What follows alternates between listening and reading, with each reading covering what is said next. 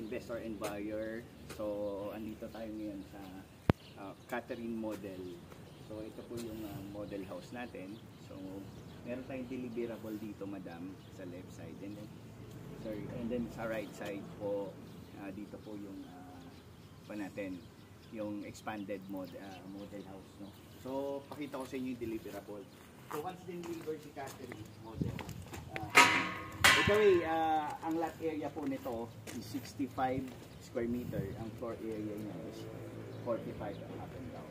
So pag dineliver namin sa inyo, meron na to, still gated. Tapos naka-concrete na po yung parking ng cars and vehicle na po. And then, of course, naka-semi-inter stone clad and naka-painted.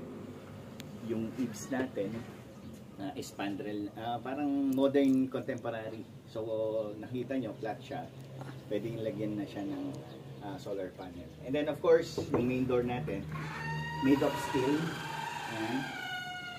So, yung pong ating interior, no? Ayan, naka-ceramic tiles. Pre-painted siya.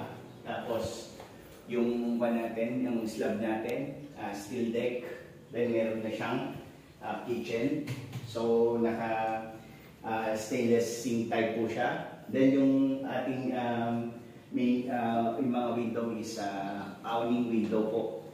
Sliding po siya. And then, of course, yung natin, service area rin sa likod, ganun din. It's a solid door po.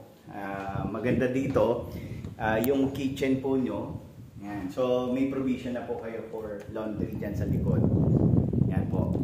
So, yung space na yan, pwede nyo rin po palagyan pa ng isang opisina or additional room po na CR. And then, of course, ito po ang yung toilet and bath. So, complete set na rin siya. Naka-PVC yung door niya. And then, naka 1.6 meters yung wall tiles. Tapos, may complete setup shower. Then, yung tank type. And, of course, yung lavatory. And then, meron na rin po tayong exhaust doon or window siya. And then, ang good thing dito sa project nyo po, no, once dineliver sa inyo po ito, naka-provided na rin, of course, yung electrical as well as yung water po natin. Okay? So, ngayon po, papalit po tayo sa itaas para makita nyo po yung ating second floor. So, itong second floor nyo, so, ganito po siya, baluster na steel, yung railings, then yung wooden step po yung inyong stairs. Ayan. So, ito po ang ating second floor. So, sa second floor nyo, ma'am, sir, yun, naka-open po siya. So, provision po siya for partition. So, depende po sa inyong design po. Pwedeng ganito na po siya. Pwede rin naman pong, of course, lagyan niyo po siya ng partition, yung mga lagyan niyo po ng bedroom po. So, ang maganda dito, yung pong lawak ng inyong, kumbaga, yung lot nyo, so pwede niyo po siyang i-expand. So, nasa inyo po yan. Depende kung papa-expand nyo. Yung mga ganitong klaseng kalaking model house namin, kaya po at least 4 na bedrooms. 3 toilet and bath po. So, ayan po, yung ceiling natin, ganito po siya. Open na po siya. Ready to put yung mismong interior design ng ceiling nyo.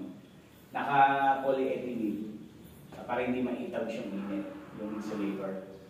So, steel po ang ating ginamit. Yan. So, ayun po, pakita ko lang din po sa inyo para at least may idea kayo. Meron po kaming swimming pool na ongoing po ang construction ng swimming pool na amenity niya ng sa Sunnyville Premier. So, ayan po. So, yung dun sa side po na yon, that is our clubhouse po. Ayan. So, inuna na po natin yan para mas lalong maganda po ang inyong subdivision.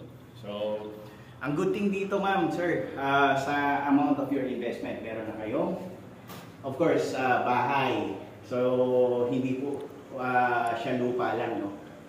House and lot po talaga. So, this is our Catherine Model, deliverable. So, thank you very much and have a nice day.